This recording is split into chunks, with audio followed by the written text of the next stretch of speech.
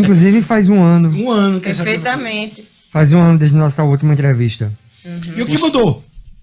Muita coisa aprendida.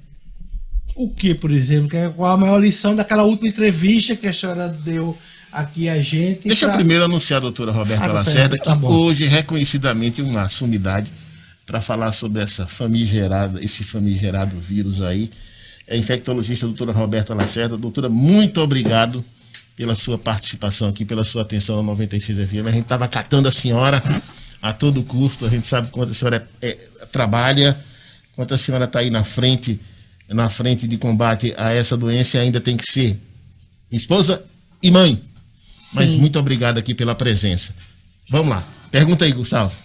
O que mudou? O que mudou? O que mudou nesse último ano? Porque mais ou menos em fevereiro do ano passado a senhora estava aqui falando dessa pandemia que ia chegar. Chegou chegando. De fevereiro para cá, a gente teve o que a gente chama de uma curva de aprendizado. Toda vida é assim, quando a gente chega no emprego, qualquer que seja a nossa área, a gente conhece o local, conhece as pessoas, a forma de trabalho, e no caso da medicina, do profissional de saúde, é conhecer a doença. Essa doença chegou nova desde o início e continua sendo nova, assim. Desde o primeiro momento, a gente entendia que era uma doença avassaladora, que não cabia e não concebia na minha mente que um paciente só procurasse atendimento quando a saturação dele caísse. Embora fosse uma grande bandeira de alarme, que a gente chama, né? Uma red flag, né? Quando a gente tem que dizer assim, um sintoma de alarme.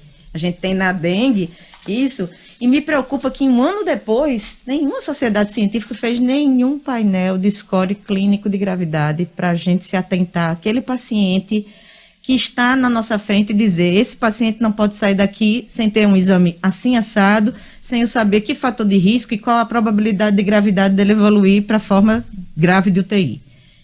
Em 3 meses, quase 4 meses, na verdade, dia 9 de janeiro, o SARS-CoV teve um sequenciamento genético.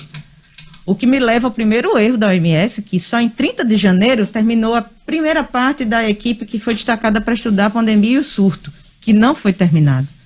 Eles fecharam os espaços, fecharam internamente, você não podia sair da província de Wuhan para nenhuma outra da China, mas podia comprar uma passagem para Itália, onde você tem um grande afluxo de mercados com a China, principalmente ali ao sul.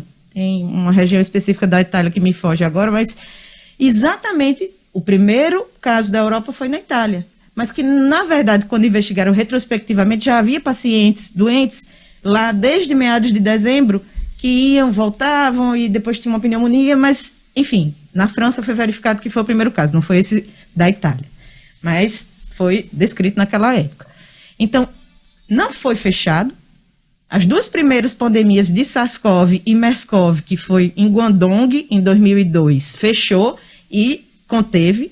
E a do Oriente Médio, em 2012, MERS-CoV, também fechou e conteve.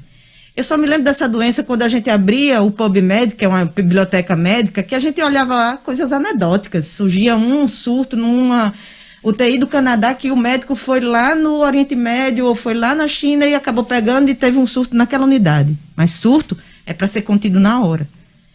Tedros Adhanom ainda vai ser instado a responder no Tribunal de Haia. A OMS foi omissa, negligente e teve grandes erros de estratégias de saúde pública, a começar pelos erros do Imperial College, com relação à questão logarítmica e o tempo em relação ao lockdown, que era previsto para acontecer durante 2 meses, razoavelmente, se organizar os serviços, preparar as instituições, treinar as equipes, botar os ventiladores, porque a gente sabe que essa primeira fase, que agora é a segunda onda, vem avalanche, porque você tem um primeiro momento de exposição grande, os jovens são os cavalos de Troia, desde o início a gente vem dizendo isso, não são as crianças, todo surto familiar que a gente estuda, a criança pegou do adulto, nunca a criança deu ao adulto.